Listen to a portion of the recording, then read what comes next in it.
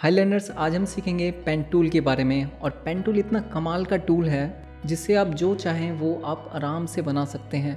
और इससे अगर मैं बताऊं कि क्या क्या बन सकता है, जैसे लोगो डिज़ाइन अगर आपको बनाना हो, किसी का बैनर बनाना हो, बिजनेस कार्ड बनाना हो, ब्रोशर बनाना हो, वेबसाइट बनानी हो, ये हर जगह यूज़ होता है।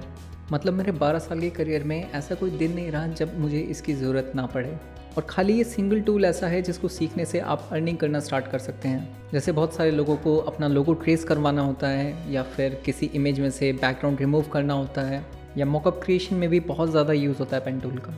तो अगर आप फोटोशॉप में बिल्कुल नए हैं, आपको नहीं पता कोई भी चीज़, तो पेन टूल सबसे पहला टूल है जो आपको सीखना चाहिए। तो हम इस टूल का यूज़ करना बिल्कुल बेसिक से स्टार्ट करेंगे और धीरे धीरे हम एडवांस चीज़ें भी सीखेंगे। साथ ही मैं कुछ ऐसी टेक्निक्स बताऊंगा जिससे आपका वर्क फ्लो बहुत फास्ट हो जाएगा। और अगर इश्यूज़ भी आते हैं तो उसको रिजॉल्व कैसे करें वो भी हम इसमें सीखेंगे। देखिए, किसी भी टूल को सीखने के लिए आपको सुनने की भी बहुत ज़रूरत है। अगर आप मेरी बात ही नहीं सुनेंगे और रैंडमली बस कुछ भी क्रिएट करेंगे तो मुझे लगता नहीं कि आप ज़्यादा जल्दी से सीख पाएंगे। लेकिन अगर मेरी बात आप ध्यान से सुनेंगे और फिर फॉलो करेंगे उस चीज़ को, तो आप बहुत जल्दी सीखेंगे और ऐसा सीखेंगे कि आप भूलेंगे भी नहीं। और मेरा कहना है कि अगर आप एक अच्छे लर्नर हैं तो आप हमेशा एक्साइटेड रहते हैं कोई भी नई चीज़ सीखने के लिए। और अगर आप एक्साइटेड हैं तो कमेंट्स में यस का जवाब दें, ताकि मुझे भी पता लग जाए कि अब तक मैंने जो बातें बताई हैं वो आपने सुनी भी है या नहीं। तो चलिए शुरू करते हैं। सबसे पहला सवाल है कि पेन टूल है क्या? What is pen tool? Pen tool एक वेक्टर बेस्ड टूल है जिससे आप लाइंस और शेप्स क्रिएट करते हैं। अभी आपको टर्म लाइन और शेप थोड़ी बहुत समझ आ रही होगी, लेकिन जो टर्म मैं वेक्टर यूज़ कर रहा हूँ वो कुछ लोगों को शायद ना पता हो, तो उसको मैं अभी आपको बता देता हूँ कि वेक्टर एक ऐसी शेप होती है जो कि कभी पिक्सलेट नहीं हो सकती, फट नहीं सकती। वो स्केलेबल है कितने भी साइज़ पे। मतलब पेन टूल से मैंने अगर कोई शेप बनाई है, जैसे मान लीजिए एक सर्कल क्रिएट करा है, तो वो 40 बाय 40 फीट की बिल्डिंग पे आराम से प्रिंट होके लग सकता है, क्योंकि वो सर्कल पेन टूल से बनाया गया है। अगर आपको अभी कन्फ्यूज़न है तो हम आगे और डिस्कस करेंगे इसके बारे में। तो चलिए आगे बढ़ते हैं। सेकंड सवाल आता है कि how to use pen tool. Pen tool use कैसे करें? अभी ये फाइल जो आप देख रहे हैं इस पर अभी ज़्यादा ध्यान मत दें, अभी हम खाली पेन टूल समझेंगे। ये मैंने एक्सरसाइज के लिए कुछ फाइल बना रखी है जिसमें हम एक्सरसाइज अभी फॉलो करेंगे, लेकिन उससे पहले आप खाली पेन टूल पे ध्यान दें। तो यहाँ हमारे मेन्यू में ये पेन टूल है जिसका शॉर्ट की P है। अगर आप P प्रेस करते हैं तो ऑटोमेटिकली पेन टूल सेलेक्ट हो जाएगा आपके टूल बार में से। तो मैं आपको एक बार करके दिखाता हूँ। मूव टूल सेलेक्ट करा और बस P प्रेस करा, ऑटोमेटिकली पेन टूल सेलेक्ट हो गया है। तो पेन टूल सेलेक्ट करते ही हमें टॉप पे ये कुछ ऑप्शन मिल गए हैं। ड्रॉप डाउन पे क्लिक करोगे तो आपको शेप, पाथ, पिक्सल्स ये कुछ ऑप्शन दिखेंगे। तो हम सबसे पहले शेप की बात करेंगे। शेप सेलेक्ट कर दें। तो जैसा मैंने पहले बताया था कि पेन टूल से आप वेक्टर शेप क्रिएट कर सकते हैं, ये वही ऑप्शन है। इसके साथ और भी ऑप्शंस हैं जिसे हम बाद में देखेंगे। तो यहाँ नीचे मैंने लिखा है कि pen tool allows you to create lines between points. मतलब एक पॉइंट से दूसरे पॉइंट को कनेक्ट करके एक लाइन क्रिएट होती है। मतलब पहले हमने समझा था कि पेन टूल क्या है, अब हम समझ रहे हैं थोड़ा और लिटरल मीनिंग में कि पेन टूल एग्जैक्टली किस तरीके से काम करता है। तो ये एक ग्रुप बना रखा है मैंने एक्सरसाइजेस का, आप डाउनलोड कर सकते हैं। डिस्क्रिप्शन में इसका लिंक गिवन होगा। इससे आपको पेन टूल को सीखने में इजी रहेगा और आपकी अंडरस्टैंडिंग और अच्छी हो पाएगी पेन टूल को समझने में। तो इन सारी एक्सरसाइज को पहले मैं खुद आपके सामने करके दिखाऊंगा, उसके बाद आप इसे बाद में डाउनलोड करके फॉलो करना। सबसे पहले एक्सरसाइज में हमें 2 पॉइंट को कनेक्ट करके एक स्ट्रेट लाइन क्रिएट करनी है। तो ये हमारा स्टार्टिंग पॉइंट है। यहाँ पे बस आप एक बार क्लिक करना है, आपको एक बार क्लिक करें। और आपने नोटिस करा होगा अभी जब आपने ये क्लिक करा है तो यहाँ पे लेयर पैनल के अंदर एक शेप लेयर क्रिएट हो गई है ऑटोमेटिकली। मतलब ऑटोमेटिकली क्रिएट नहीं हुई, आपने क्लिक करा है तो क्रिएट हुई है। अभी कंट्रोल Z करके अंडू कर लेते हैं और फिर से आप नोटिस करना, ये मैंने करा क्लिक और यहाँ ये लेयर क्रिएट हो गई। नेक्स्ट हमें सेकेंड पॉइंट क्रिएट करना है। आप सिंपली बस क्लिक करें और ये ब्लू स्ट्रेट लाइन क्रिएट हो गई है एक। अभी जो आप लाइन देख रहे हो इस पर एग्जैक्टली कुछ नहीं है, ये ब्लू कलर सिंपल एक सेगमेंट है जो हमने एक टाइप की वेक्टर पाथ है, आप बस ये कह लीजिए, जिसकी विजिबिलिटी 0 है। कहने का मतलब ये है कि अगर आप मूव टूल अभी सेलेक्ट कर लेते हैं तो आपको अपनी कैनवस पे कुछ नहीं दिखेगा, क्योंकि हमने कोई भी कलर या स्ट्रोक असाइन ही नहीं करा है उस सेगमेंट को। तो इस वेक्टर सेगमेंट की विजिबिलिटी के लिए हम एक स्ट्रोक ऐड कर देते हैं टॉप से ऑरेंज कलर का, और अभी भी नहीं दिखेगा क्योंकि पिक्सल वैल्यू 0 है। उसे सेट कर देते हैं हम 5 एंड देन एंटर। और यहाँ हमारा स्ट्रोक 5 पिक्सल का ऑरेंज कलर का ऐड हो गया है सेगमेंट पे। अभी विजिबिलिटी इसलिए अच्छी नहीं आ रही क्योंकि ये पाथ अभी सिलेक्टेड है। जब हम मूव टूल लेंगे और बाहर क्लिक करेंगे तो अब आप क्लियर स्ट्रोक देख सकते हैं ऑरेंज कलर का। ये लाइन मूवेबल है, इसको आप उठा के कहीं भी रख सकते हैं। साथ ही वेक्टर भी है, तो 5 पिक्सल चाहे आप कितना भी स्केल करें, ये 5 पिक्सल का जो स्ट्रोक है ये इस लाइन में रहेगा ही रहेगा। तो अभी अंडू कर लेते हैं और नेक्स्ट एक्सरसाइज करते हैं। यहाँ हमें सिंपली एक रेक्टेंगल क्रिएट करना है पॉइंट से। तो आप पेन टूल सेलेक्ट करें या सिंपली पी प्रेस करें अपने कीपैड पे और सिंपली पहला पॉइंट हमने क्लिक करके क्रिएट करा, ऑटोमेटिकली लेयर क्रिएट हो गई, शेप लेयर। इसी तरीके से सेकंड पॉइंट और थर्ड पॉइंट क्रिएट करने से पहले एक छोटा सा ऑप्शन आपको बताना चाहूँगा कि जो शिफ्ट है, शिफ्ट की क्या करती है कि आपका जो सेगमेंट है या फिर जो वेक्टर पाथ है उसको आप स्ट्रेट बना सकें। क्योंकि यहाँ पे पॉइंट्स ऑलरेडी दिख रहे हैं आपको एक्सरसाइज वाली विंडो के अंदर, तो आप ईजिली स्ट्रेट लाइन बना सकते हैं। लेकिन मान लीजिए वहाँ पॉइंट्स ही नहीं है, तो आप स्ट्रेट सेगमेंट कैसे बनाएंगे? वहाँ पे हम शिफ्ट यूज़ करते हैं। तो जब आप शिफ्ट दबा के रखेंगे और फिर क्लिक करेंगे तो बिल्कुल स्ट्रेट लाइन क्रिएट होगी। चाहे आपके पॉइंट की पोजीशन थोड़ी सी टॉप पे या डाउन में हो, उससे फ़र्क नहीं पड़ता, वो ऑटोमेटिकली बिल्कुल स्ट्रेट पॉइंट ही क्रिएट करेगा। आगे वाली एक्सरसाइज में हम इसको और डिटेल में समझेंगे। नेक्स्ट आप 4 पॉइंट क्रिएट करें और जो लास्ट पॉइंट है उसको क्रिएट करने से पहले आप थोड़ा नोटिस करें कि जो पेन टूल हमने रखा हुआ है अभी 4th पॉइंट पे, वहाँ पे एक सर्कल भी बना हुआ है छोटा सा पेन टूल के राइट बॉटम में। बहुत छोटा सा है लेकिन ध्यान से देखेंगे तो दिखेगा ज़रूर। इसका मतलब ये है कि ये सेगमेंट यहाँ क्लोज़ होने वाला है, या ये कहें कि ये सर्किट क्लोज़ होने वाला है, या ये शेप अब बंद होने वाली है। और ये क्लिक और ये क्लोज़ हो गया है। कई बार क्या होता है कि जो सेगमेंट है उसकी विजिबिलिटी हमें सही से नहीं दिखती, तो हम क्या करते हैं, इसको थिक भी बना सकते हैं। ये जो ब्लू सेगमेंट है इसको थिक करने का ऑप्शन है। इसको चेंज करने के लिए आप हेडर पे चले जाएं और ये सेटिंग का आइकन दिख रहा है, इस पर क्लिक करें। यहाँ से हम थिकनेस बढ़ा सकते हैं। Let's set it to 3 pixel. ये देखिए यहाँ पे 3 पिक्सल की सेगमेंट हो गई हमारी। और अगर आप चाहें तो इसका कलर भी चेंज कर सकते हैं। Let's set the colour red. But मुझे सेटिंग चेंज करना ज़्यादा पसंद नहीं है, तो हम वापस से वही सेटिंग सेट कर देते हैं जो डिफ़ॉल्ट थी। तो यहाँ एक और ऑप्शन है रबर बैंड का, इसको अगर आप टिक कर लेते हैं, इसको यूज़ करके दिखाने के लिए कुछ स्टेप हमें पीछे जाना पड़ेगा। कंट्रोल Z करके अंडू करें। तो हमने अब यहाँ पे पेन टूल से क्लिक करा और जैसे ही 3rd पॉइंट की तरफ गए तो हमें ये रबर बैंड टाइप का सेगमेंट दिख रहा है बिल्कुल अटैच हमारे पेन टूल से। इससे आपको ये पता लग जाएगा कि डायरेक्शन कहाँ जा रही है सेगमेंट की, जैसे पहले नहीं पता लग रहा था। लेकिन खैर यहाँ पे इसकी इतनी ज़रूरत नहीं है, तो इसे ऑफ़ कर देते हैं और 3rd पॉइंट पे क्लिक करके 4th पॉइंट पे एंड करें। और क्योंकि ये सेगमेंट क्लोज़ हो गया है, ये शेप क्लोज़ हो गई है, अब हम चाहें कोई भी कलर फिल कर सकते हैं। तो फिल कलर वैल्यू सेट कर देते हैं इसकी ऑरेंज, और साथ में स्ट्रोक डालना चाहें तो ब्लू कलर का स्ट्रोक रख सकते हैं। और विजिबिलिटी थोड़ी और अच्छी हो तो 10 पिक्सल का स्ट्रोक ऐड करते हैं एंड प्रेस एंटर। और ध्यान रखें कि जब भी आप हेडर पे कोई भी वैल्यू डालें तो एंटर ज़रूर प्रेस करें, तभी आपकी वैल्यू अप्लाई हो पाएगी। चलिए अब नेक्स्ट एक्सरसाइज करते हैं। यहाँ पे हमें ट्रायंगल बनाना है। बहुत इजी है, जिस तरीके से हमने पहले क्रिएट करी थी शेप, उसी तरीके से हमें ट्रायंगल पे क्रिएट करना है। लेकिन इस बार हम फिल वैल्यू पहले से ऑरेंज सेट कर देते हैं ताकि जब हम बनाएं तो हमें विजुअली दिखे। पहला पॉइंट शेप क्रिएट हो गई है। सेकंड पॉइंट आपने नोटिस करा होगा कि अभी भी फिल वैल्यू नहीं दिखी है, क्योंकि ये स्ट्रेट लाइन है और लाइन का कोई एरिया नहीं होता। जैसे ही हम 3rd पॉइंट क्रिएट करेंगे आपको ऑटोमेटिकली फिल एरिया दिखेगा। और यहाँ देख के अभी ऐसा लग रहा है कि पूरा ट्रायंगल बन चुका है, लेकिन ऐसा अभी है नहीं, क्योंकि हमने अभी पाथ को क्लोज़ नहीं करा है। इस शेप को क्लोज़ करना भी बहुत ज़रूरी है, अदरवाइज़ आपको इतनी फ्रीडम नहीं मिल पाएगी कि आप इस पाथ को री एडिट कर सकें। और अभी थोड़ी देर पहले मैंने बताया था कि जब हम सर्किट क्लोज़ करते हैं या शेप क्लोज़ करते हैं तो हमें एक सर्कल नज़र आता है पेन टूल के पास। ये मैं इसलिए बता रहा था क्योंकि जब हम किसी भी शेप को क्लोज़ करते हैं तो कई बार शेप क्लोज़ नहीं हो पाती। हमें दूर से लगता है कि क्लोज़ हो गया है, लेकिन वहाँ पे गैपिंग होती है। तो हम इंटरनेशनल स्टैंडर्ड्स की बात करें, जब हम गाइडलाइंस को फॉलो करते हैं किसी आइकन को या किसी मॉकअप को क्रिएट करने में, तो ये एक क्रूशियल पार्ट है। जितनी भी सेगमेंट या पाथ हैं वो क्लोज़ होने चाहिए, अदरवाइज़ वो फाइल रिजेक्ट हो जाएगी। और मेरे साथ पहले ऐसा हो चुका है, इसलिए मैं ज़ोर दे रहा हूँ इस बात पे। चलिए नेक्स्ट हमारा चैलेंज है बिल्डिंग विद पॉइंट्स। यहाँ पे आपने ध्यान दिया होगा कि खाली 2 पॉइंट्स गिवन है और कोई पॉइंट गिवन नहीं है, लेकिन हमें एक बिल्डिंग क्रिएट करनी है that is made up of lines. तो इसको बनाने के लिए शिफ्ट की बहुत ज़्यादा यूज़ होगी, क्योंकि हमें स्ट्रेट लाइन्स काफ़ी सारी चाहिए।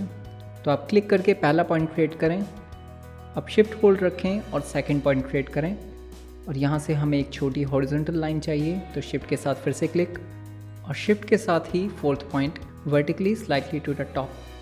अब मान लीजिए मुझे एक डायगोनल स्ट्रेट एंगल चाहिए जिसका एंगल होगा 45 डिग्री, तो वो कैसे क्रिएट होगा? उसके लिए भी आप शिफ्ट दबाकर ही क्लिक करेंगे। डिफरेंस ये है कि जहाँ आप क्लिक कर रहे हैं वो डायगोनल एरिया है, तो आपको थोड़ा बहुत अंदाज़ा लगाना पड़ेगा। इसी तरीके से बाकी पॉइंट भी क्रिएट करें। अब यहाँ हम डायगोनली डाउन की तरफ करना चाहते हैं स्ट्रेट लाइन, तो शिफ्ट के साथ डाउन पे क्लिक। इसी तरीके से शिफ्ट के साथ आप ये पूरी बिल्डिंग आराम से क्रिएट कर सकते हैं। और यहाँ हमारी ये बिल्डिंग कंप्लीट हो चुकी है। पता नहीं लोग इतना समय क्यों लगाते हैं बिल्डिंग बनाने में, यहाँ तो बहुत जल्दी बन गई। और ये कोई नॉर्मल बिल्डिंग नहीं है, ये ऐसी बिल्डिंग है जो एडिटेबल है। तो इस बिल्डिंग को एडिट कैसे करें? उसके लिए पहले तो हम फिल वैल्यू नन कर देते हैं और स्ट्रोक कलर ऑरेंज सेट कर देते हैं।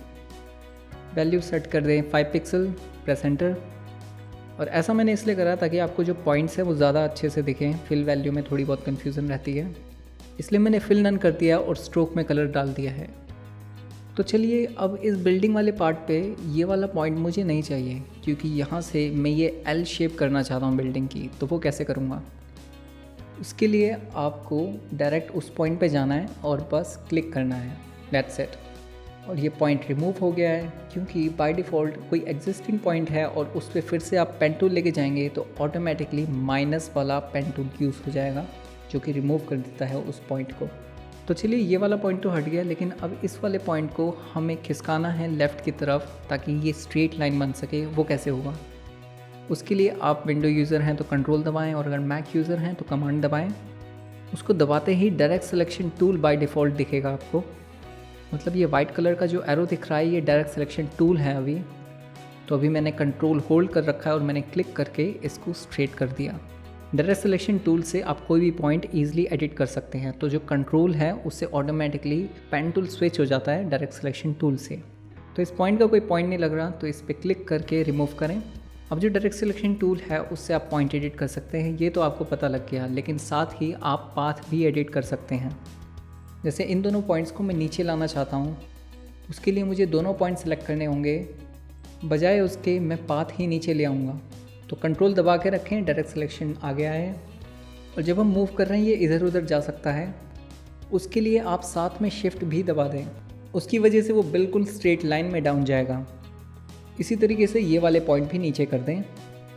नेक्स्ट एक और सिचुएशन है हमारे पास जहाँ हमें इन तीनों पॉइंट्स को एक साथ ऊपर करना है। तो मैं मैन्युअली तीनों पॉइंट्स को सिलेक्ट नहीं करना चाहता, ना दोनों पाथ को। मुझे कुछ ऐसा सिस्टम चाहिए जिससे ऑटोमेटिकली सब कुछ एक बारी में सेलेक्ट हो जाए। इसको करने के लिए आप पहले तो कंट्रोल दबाएं, डायरेक्ट सिलेक्शन टूल आ गया और एक रेक्टेंगल सिलेक्शन बनाएं जिसमें ये तीनों पॉइंट कवर हो जाएं। अभी ये तीनों पॉइंट सेलेक्टेड है, लेकिन अगर आपको विजुअली क्लियर नहीं है कि ये सिलेक्टेड है या नहीं, तो उसे पता करने का क्या तरीका है मैं बताता हूँ आपको।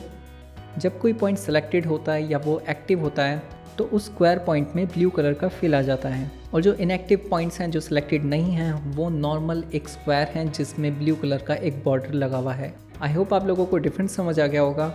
अब कंट्रोल प्रेस करके हमें ये तीनों पॉइंट्स टॉप पे ले जाने हैं, साथ में शिफ्ट दबाए रखें ताकि स्ट्रेट ऊपर जाएं। इसी तरीके से कंट्रोल के साथ सिलेक्शन बना के आप और पार्ट्स को भी जब चाहें एडिट कर सकते हैं। और ये हमारी सेकंड एक्सरसाइज कंप्लीट हो गई है। अब थर्ड एक्सरसाइज में हम कर्व्स के बारे में सीखेंगे कि आप किस तरीके से कर्व्स क्रिएट कर सकते हैं पाथ से। उसके लिए हम एक हार्ट शेप यूज़ करेंगे।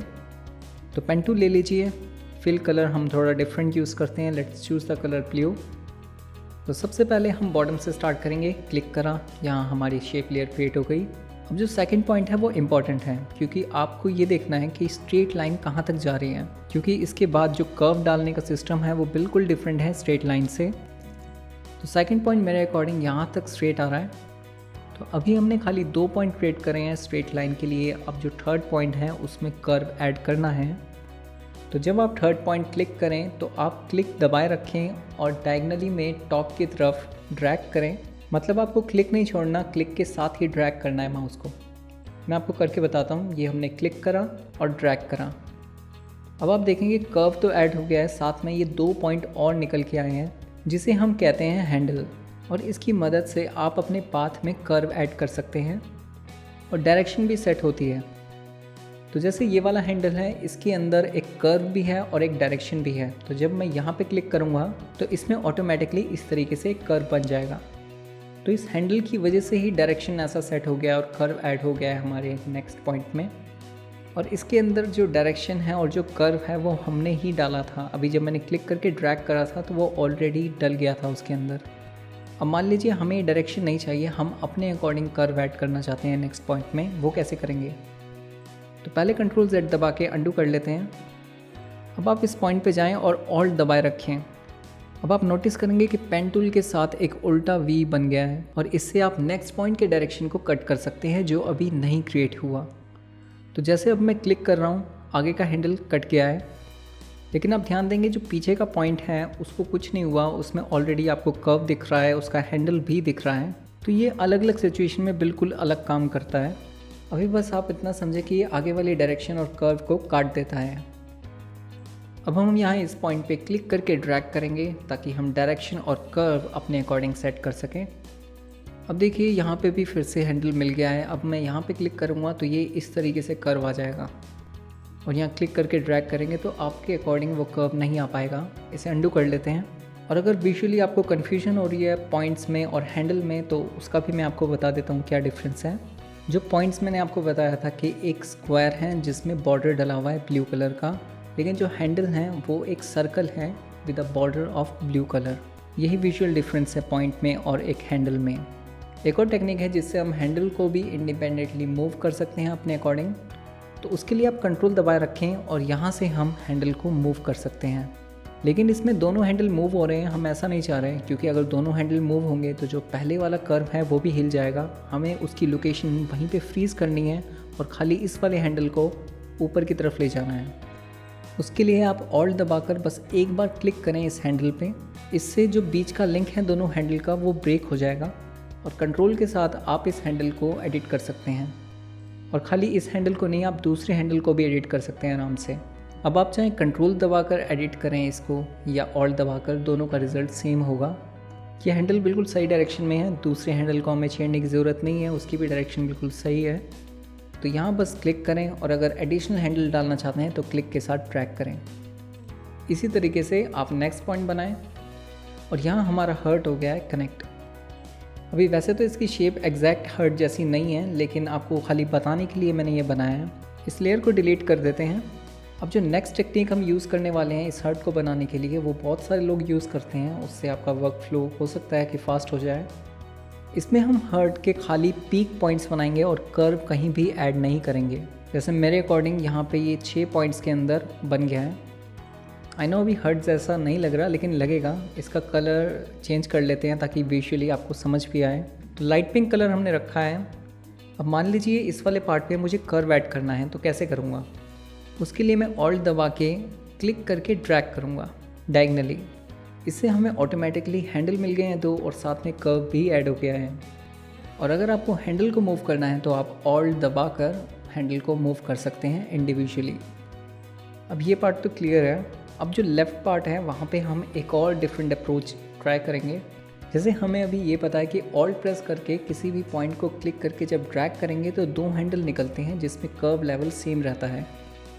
अब अगर मैं चाहता हूँ कि जो पाथ है जो उससे ड्रैग होके निकल रहा है उन दोनों पे मेरा कंट्रोल हो, वो कैसे होगा? तो उसके लिए आप ऑल्ट दबा कर क्लिक करके ड्रैग करें। पहले 2 हैंडल आ गए हमारे पास। अब जो हैंडल मैंने पकड़ रखा है उससे जो अपोजिट है, मतलब जो कर्व या पाथ हमसे अपोजिट सेक्शन में है, उसे सेट करें पहले। तो जब पाथ सेट हो जाए तो ऑल्ट की हटाकर फिर से ऑल्ट होल्ड करें। तो अब आप नोटिस करेंगे कि जो अपोजिट वाला हैंडल है उसकी लोकेशन फ्रीज़ हो गई है और इंडिविजुअली आप इस हैंडल को सेट कर सकते हैं।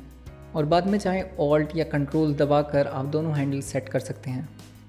ये था दूसरा तरीका जिसके थ्रू आप किसी भी शेप को क्रिएट कर सकते हैं पेन टूल से। इस लेयर को डिलीट कर देते हैं। और जो थर्ड तरीका है वो बहुत कम लोग यूज़ करते हैं। तो आप पेन टूल से पहला पॉइंट क्रिएट करें, दूसरा और थर्ड। इस बार हम कर्व्स यूज़ ही नहीं कर रहे, हम कर्व्स के पास ही नहीं जा रहे, पॉइंट ही क्रिएट नहीं कर रहे वहाँ पे। और ये शेप हमारी क्रिएट हो गई है, लेकिन बनाना तो हमें हर्ट शेप है, ये शेप तो नहीं चाहिए। तो यहाँ पे हमें पॉइंट ऐड करना है, वो कैसे करें? पॉइंट हटाना तो आता है लेकिन लगाएं कैसे? पहले तो इसका कलर चेंज कर लेते हैं ताकि विजुअली सही दिखे। तो यहाँ हमें पॉइंट ऐड करना है और पॉइंट ऐड करने के लिए आप बस क्लिक करें जहाँ पे आपको पॉइंट चाहिए। बस पॉइंट हमारा ऐड हो गया और साथ में 2 हैंडल भी मिल गए हैं हमें कर्व्स के।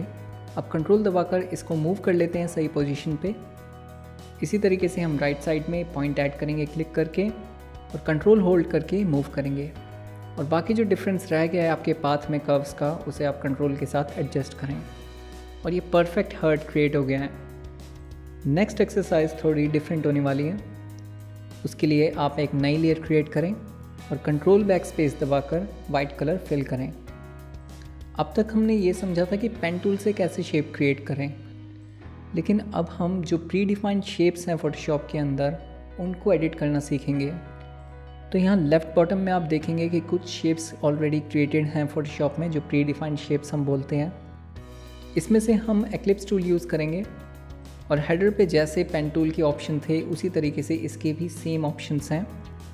तो आप ये कह सकते हैं कि ये सारी वेक्टर शेप्स हैं। तो हम सबसे पहले शेप सेट कर लेते हैं ड्रॉप डाउन में और शिफ्ट दबाकर एक एक्लिप्स क्रिएट करें, क्लिक एंड ड्रैग। शिफ्ट से जो प्रोपोर्शन है सर्कल का वो बैलेंस रहता है, एक रहता है। इसका कलर ऑरेंज सेट कर लेते हैं। नेक्स्ट आप मूव टूल सेलेक्ट करें और अब आप देखेंगे कि ये शेप मूवेबल है और ये इन 4 पॉइंट से बनी हुई है। और जब आप पेन टूल लेंगे कंट्रोल के साथ आप हर पॉइंट पे क्लिक करेंगे तो आपको हैंडल नज़र आएंगे। और एक सर्कल की खास बात मुझे ये लगती है कि उसके अंदर जो हैंडल के प्रोपोर्शन या आप ये कह लीजिए कि जो कर्व लेवल है वो बहुत बैलेंस्ड है, तभी ये सर्कल हमें सर्कल जैसा लग रहा है। तो अगर हम इस कर्व को स्क्वायर बनाना चाहते हैं और फिर स्क्वायर से वापस सर्कल, तो वो कैसे होगा? सिंपल है, आपको हैंडल की लोकेशन मार्क करनी होगी। आपको बस ये पता हो कि कितने डिस्टेंस पे हैंडल है। उसके लिए हम रूलर यूज़ करेंगे और अगर आपको नहीं पता कि रूलर कैसे यूज़ करना है, आप कंट्रोल R प्रेस करेंगे, उससे वो हाइड हो जाता है और कंट्रोल R प्रेस करके फिर से वो वापस आ जाएगा। अब आप टॉप से क्लिक करके रूलर को ड्रैग करेंगे नीचे की तरफ तो एक गाइड दिखेगी, उसे हम प्लेस कर देंगे इस वाले हैंडल पे। इसी तरीके से लेफ़्ट से हम ड्रैग करके वर्टिकल गाइड यूज़ करेंगे, 2 गाइड लगाएंगे इस वाले हैंडल पे जो बॉटम में है और लास्टली टॉप से एक और।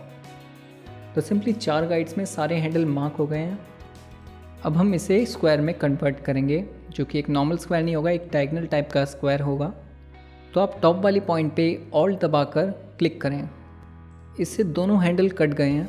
जैसे मैंने आपको पहले बताया था, जब हम किसी सेगमेंट को या फिर किसी पाथ को क्रिएट करते हैं और तब ऑल्ट के साथ क्लिक करते हैं तो वो खाली आगे वाले हैंडल को कट करता है। लेकिन अगर कोई पॉइंट पहले से बना हुआ है और उसमें 2 हैंडल हैं और तब हम ऑल्ट के साथ उस पर क्लिक करेंगे तो वो दोनों हैंडल को काट देगा। तो इसी तरीके से ऑल्ट के साथ आप बाकी पॉइंट्स भी कन्वर्ट कर दें एक कॉर्नर में। नेक्स्ट टास्क हमारा ये है कि इससे हमें वापस से सर्कल बनाना है, वो भी एग्जैक्ट सर्कल। अगर आपको इस पॉइंट पे लग रहा है कि यार ये चीज़ यूज़ कहाँ होगी, तो मैं बता दूँ ये मोशन ग्राफिक्स में बहुत यूज़ होती है, जहाँ हम ट्रांजिशन करते हैं शेप्स को लेके आफ्टर इफेक्ट्स में। लेकिन वो थोड़ा डिफरेंट पार्ट है, उसके बारे में हम बाद में समझेंगे। अब कर्व बनाने का प्रोसेस तो आपको पता ही है, ऑल्ट के साथ क्लिक एंड ड्रैग और स्ट्रेट रखना है हैंडल, तो ऑल्ट के साथ शिफ्ट भी दबा के रखें। अब गाइड्स होने की वजह से हमें पता है कि हैंडल को कहाँ ड्रॉप करना है और इसी प्रोसेस को रिपीट करते हुए हम सारे पॉइंट्स में ऐड करेंगे कर्व और एंड में आपको मिल गया है एक परफेक्ट सर्कल। अब नेक्स्ट एक्सरसाइज में हम ये सीखेंगे कि आप 2 शेप को सिंगल लेयर पे कैसे रख सकते हैं। अब हमें ये लोगो बनाना है, वो भी एक सिंगल लेयर पे। तो पहले आप पेन टूल लें, कलर चूज़ कर लेते हैं ऑरेंज और पहला पॉइंट क्रिएट करें। और एक और इम्पॉर्टेंट बात कि आपका वर्क फ्लो अगर आपको और अच्छा करना है तो आपको जूम कब करना है और पैन कब करना है इसके बारे में भी पता हो। जैसे जूम करने के लिए आप Z प्रेस करके क्लिक एंड ड्रैग करेंगे ना, तो आपका जूम हो जाएगा। अब आराम से आप सेकंड पॉइंट क्रिएट कर सकते हैं। अब मान लीजिए हमें उधर का पॉइंट क्रिएट करना है लेकिन स्पेस कम है, तो अब हमें पैन करना है। तो स्पेस दबाएं और क्लिक के साथ ड्रैग करें राइट साइड में। तो कहने का मतलब है कि आपको स्क्रीन में ज़्यादा घुसने की ज़रूरत नहीं है। अगर कोई पॉइंट या फिर कोई ज़्यादा डिटेल वाला पार्ट है, वहाँ पे आप सिंपली जूम कर सकते हैं। इस शेप की ओपेसिटी हम 40% सेट कर देते हैं और इसी तरीके से आगे की शेप क्रिएट करें। और अगर आपको जानना है कि मैंने ओपेसिटी कम क्यों करी थी अभी, जैसे मान लीजिए इस वाले पार्ट पे ओपेसिटी बिल्कुल 100% है, लेकिन जो कर्व या फिर हमें पॉइंट ऐड करना है वो अंदर को है, वो दिख ही नहीं रहा फिल की वजह से। इस वजह से हमें ओपेसिटी कम रखनी पड़ती है। अब ये शेप तो क्रिएट हो गई है, लेकिन अब हमें ये लीफ वाला पार्ट बनाना है। लेकिन जब हम इस पर क्लिक करते हैं उसके लिए एक और लेयर ऑटोमेटिकली क्रिएट हो जाती है, जो हम नहीं चाहते। हम चाहते हैं कि इसी सिंगल लेयर पे ये लीफ भी क्रिएट हो जाए। तो उसके लिए क्या करें, सबसे पहले तो इस शेप लेयर को हम डिलीट कर देते हैं। अभी हमारा पेन टूल सेलेक्टेड है और कंट्रोल दबाकर आप सेंटर में क्लिक करें शेप के। इससे आपको अपनी शेप के पॉइंट्स दिखने लगेंगे। अब हेडर ऑप्शन में जाके आप यहाँ पे क्लिक करेंगे तो कुछ ऑप्शंस हैं ये लेयर्स के, और हम सेलेक्ट करेंगे कंबाइन लेयर्स, क्योंकि हमें लेयर्स कंबाइन रखनी है। अब मैं जब पॉइंट क्लिक कर रहा हूँ तो कोई लेयर क्रिएट नहीं हो रही। इसका मतलब ये जो मैं शेप बना रहा हूँ ये एक ही सिंगल लेयर पे है। अब आपको समझ आ गया होगा कि एक ही सिंगल शेप लेयर पे मल्टीपल ऑब्जेक्ट्स कैसे क्रिएट करें। अब नेक्स्ट एक्सरसाइज और भी मज़ेदार होने वाली है, क्योंकि इसमें हम शेप को काटना सीखेंगे कि किसी भी शेप को आप काट कैसे सकते हैं, या किसी भी पार्ट में हॉलो कैसे डाल सकते हैं, और वो भी सिंगल लेयर पे। यहाँ पे हम देख रहे हैं कि एक बॉर्डर है ब्लू कलर का और बीच में एक स्क्वायर बना हुआ है, और सेम शेप हमें क्रिएट करनी है। वैसे तो हम रेक्टेंगल टूल भी यूज़ कर सकते हैं, लेकिन हम पेन टूल यूज़ करेंगे। फिल कलर ऑरेंज है हमारा। अब पहला पॉइंट क्रिएट करते ही शेप लेयर क्रिएट हो गई है। ये सेकंड पॉइंट, थर्ड, फोर्थ। अभी हमें अंदर का कुछ भी नहीं दिख रहा फिल वैल्यू, क्योंकि 100% है। तो हम क्या करेंगे, ओपेसिटी कर देंगे कम, और हम विजुअली देख सकते हैं अंदर वाले स्क्वायर्स को। नेक्स्ट हमें होलो स्क्वायर बनाना है अंदर वाला। तो उसे बनाने के लिए आप कंट्रोल दबाकर शेप के अंदर वाले पार्ट पे क्लिक करें। उससे चारों पॉइंट्स एक्टिव हो गए हैं स्क्वायर के। इस वाले पार्ट पे लोग कंफ्यूज हो जाते हैं, क्योंकि नॉर्मली हमें शेप सब्ट्रैक्ट करनी है तो लोग यहाँ से टॉप पे सब्ट्रैक्ट रख देते हैं, लेकिन उससे उल्टा पड़ जाता है। तो हमें पहले सब्ट्रैक्ट नहीं करना, अंडू कर लेते हैं कंट्रोल Z प्रेस करके। हमें पहले करना है कंबाइन, क्योंकि जब शेप के अंदर एक और शेप कंबाइन होगी तभी तो सब्ट्रैक्ट हो पाएगी। अब शिफ्ट के साथ आप चाहें तो इस स्क्वायर को बना सकते हैं। अब ये शेप बन गई है, और टॉप से हम सेट कर देंगे सब्ट्रैक्ट फ्रॉम शेप, और ये शेप सब्ट्रैक्ट हो गई है हमारी मेन स्क्वायर शेप में से।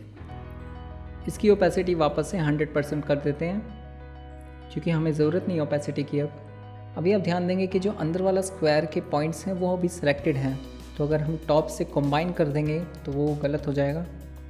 तो उसके लिए पहले आप अंडू करें एक बार, और कंट्रोल दबाकर बॉर्डर पे क्लिक करें।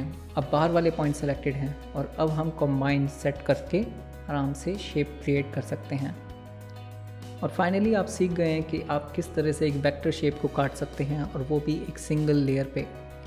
इस प्रोसेस को जितनी बार आप दोहराएंगे उतना ज़्यादा आप ट्रेंड होते रहेंगे। और देखो, स्टार्टिंग में तो गलतियाँ हर किसी से होती है, गलतियों से ही सीखता है इंसान। तो आप अंदाज़ा लगा सकते हैं कि मैंने कितनी गलतियाँ कर रखी हैं पेन टूल को लेके। नेक्स्ट हम सीखेंगे व्हाट इज़ पाथ। तो पहले मैंने बात करी थी कि पेन टूल के अंदर शेप एट्रीब्यूट होता है, उसके अंदर ये ऑप्शंस होते हैं। इसी तरीके से यहाँ पे भी कुछ कस्टम शेप्स होती हैं जो आप यूज़ करोगे, और टॉप पे भी सेम ऑप्शन होते हैं, यहाँ पे भी शेप है। लेकिन मान लीजिए हमने अभी एक्लिप्स ले लिया और ये शिफ्ट के साथ हमने ये सर्कल क्रिएट कर दिया। अब इससे हुआ क्या है, इससे एक तो ये शेप लेयर क्रिएट हुई है, और एक और चीज़ क्रिएट हुई है इससे, जो आपको यहाँ नहीं दिखेगी, वो दिखेगी आपको पाथ्स पैनल पे। अभी जो कैनवस पे आप एक्लिप्स शेप देख रहे हैं वो सेम शेप आपको नज़र आ रही है पाथ के थंबनेल वाले पार्ट पे। और जब मैं एक और शेप क्रिएट करता हूँ तो क्या होता है कि जो पहले वाली शेप थी वो गायब हो गई है पाथ से, और जो नई वाली है वही दिख रही है। लेकिन जब आप लेयर पैनल पे जाएंगे तो आपको दो अलग शेप लेयर दिख रही है। लेकिन सवाल ये आता है कि ऐसा क्यों है, हम पाथ मल्टीपल क्यों नहीं रख सकते यहाँ पे? असल में रख सकते हैं, लेकिन उसके लिए आपको पाथ्स को सेव करना पड़ेगा। जैसे मैं एक और छोटा सर्कल क्रिएट करता हूँ, लेकिन इस बार मैं इस पाथ लेयर पे डबल क्लिक करूँगा, और यहाँ हम सेव कर सकते हैं पाथ को। Let's give it the name small circle, hit okay. अब यहाँ दो पाथ नज़र आ रही है, एक जो हमने पहले बनाई थी और एक जो हमने अब सेव कर दी। अब मैं कुछ और शेप बनाऊँगा तो वो नीचे वाले पाथ पे ही अपडेट होगी, और मैं अगर इस लेयर को डिलीट करूँगा तो शेप लेयर भी डिलीट हो जाएगी। लेकिन लेयर्स दो ही रहेंगी। तो जो पहले वाला सर्कल हमने बनाया था वही अपडेट हो गया इस पर। थोड़ा कंफ्यूजिंग हो सकता है, लेकिन अगर आप बार बार इस पर काम करेंगे आपको ऑटोमेटिकली समझ आ जाएगा। चलिए दूसरी शेप ले लेते हैं, एक रेक्टेंगल शेप क्रिएट करेंगे तो वो ऑटोमेटिकली अपडेट हो गई यहाँ पे। मतलब जब कभी भी आप कोई वेक्टर बेस्ड शेप क्रिएट करेंगे, चाहे वो पेन टूल से हो या ये कस्टम शेप्स हों, तब बाय डिफ़ॉल्ट यहाँ पे पाथ क्रिएट हो जाएगी।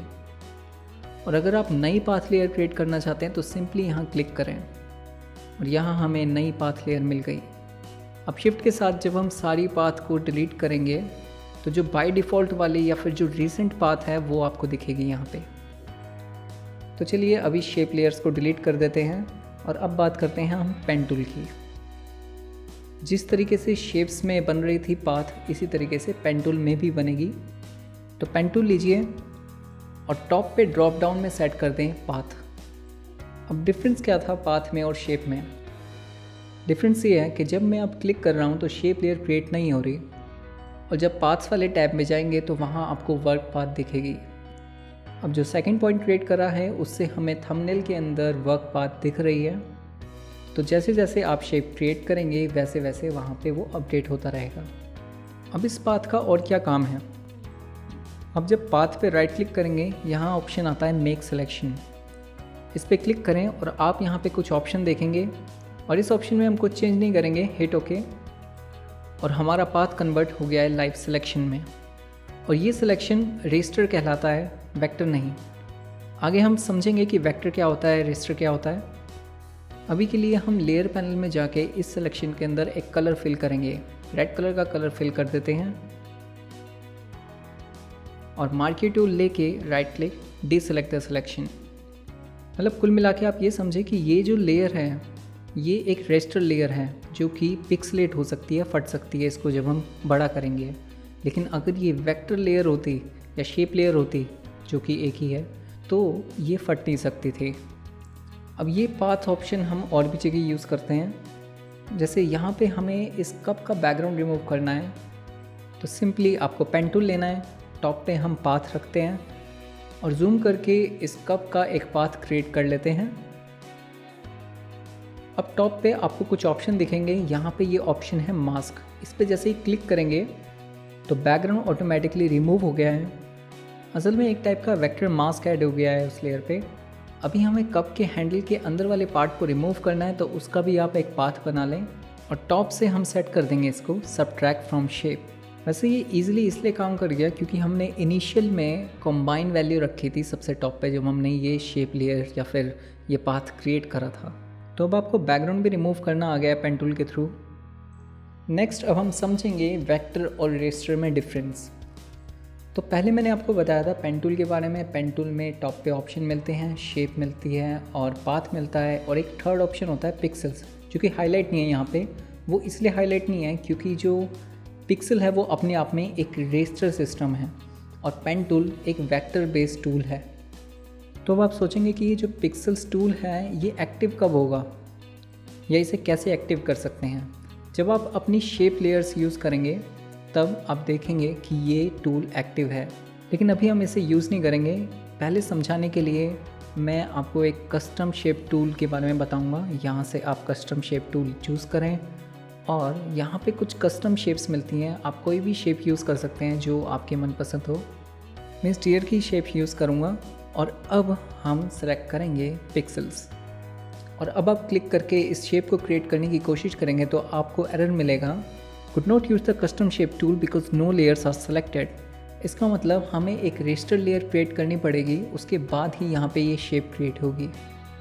तो यहाँ से हम एक नई लेयर क्रिएट कर लेते हैं जो सिलेक्टेड है और just click and drag. Shift के साथ करेंगे तो बिल्कुल प्रोपोर्शन सही आएगा। अब कन्फ्यूज़न ना हो तो हम टाइप करके लिख देते हैं इसके नीचे, ये है रेस्टर। अब हम इसी टूल से ऊपर की ऑप्शन को चेंज कर देते हैं, सेट कर देते हैं हम शेप। तो अब ये वेक्टर शेप क्रिएट होगी। शिफ्ट के साथ क्लिक एंड ड्रैग, इसको नेम दे देते हैं वेक्टर। और देखने में विजुअली कोई डिफरेंस नहीं लग रहा दोनों में, तो पता कैसे लगेगा कि डिफरेंस क्या है। तो पहले तो हम वेक्टर शेप सेलेक्ट कर लेते हैं और हम चूज़ करेंगे डायरेक्ट सिलेक्शन टूल। अब जैसे ही इसके सेंटर में क्लिक कर रहे हैं तो हमें पॉइंट्स दिख रहे हैं। इसका मतलब ये पॉइंट्स से बना हुआ डियर है। इसका मतलब आप इन पॉइंट्स को एडिट कर सकते हैं। अब मूव टूल लेके हम रेस्टर लेयर सेलेक्ट करते हैं और अब डायरेक्ट सिलेक्शन टूल लेके सेलेक्ट करने की कोशिश करते हैं इसके पॉइंट्स, तो कुछ सेलेक्ट नहीं हो रहा क्योंकि ये पॉइंट बेस्ड है ही नहीं, ये रेस्टर इमेज है। इसमें पॉइंट्स ही नहीं होते, इसमें पिक्सल्स होते हैं। पिक्सल मतलब एक सिंगल कलर का स्क्वायर, और जब एक या एक से कई ज़्यादा स्क्वायर्स एक साथ कंबाइन होते हैं तब जाके एक रेस्टर इमेज क्रिएट होती है। और एक एडवांटेज क्या होता है वेक्टर को यूज़ करने का, आप शिफ्ट के साथ दोनों लेयर को सिलेक्ट करें पहले और ऑल्ट शिफ्ट दबाकर इसे स्केल करें। अब ये काफ़ी छोटी हो गई इमेज, प्रेस एंटर। अब अगेन शिफ्ट के साथ दोनों लेयर सेलेक्ट करके ऑल्ट शिफ्ट दबा के कॉर्नर से इसे आप स्केल करके बड़ा करें और आप देखेंगे कि जो रेस्टर इमेज है वो पिक्सलेटेड दिख रही है और दूसरी जगह जो वेक्टर है वो बिल्कुल वैसी है जैसी थी। तो जब चीज़ें बड़ी या छोटी करनी होती हैं तो रेस्टर उसमें सक्षम नहीं है। वहीं अगर हम बात करते हैं वेक्टर की तो वो किसी भी साइज़ पे एक्सपैंड हो सकता है और किसी भी साइज़ पे छोटा हो सकता है। आई होप आप लोगों को ये डिफरेंस समझ आ गया होगा रेस्टर का, वेक्टर का। अगर कोई और डाउट हो इस टॉपिक से रिलेटेड या पेन टूल से रिलेटेड तो मुझे कमेंट्स में ज़रूर बताएं। आप सुन रहे थे शुभम को। Thank you so much for watching graphic arena.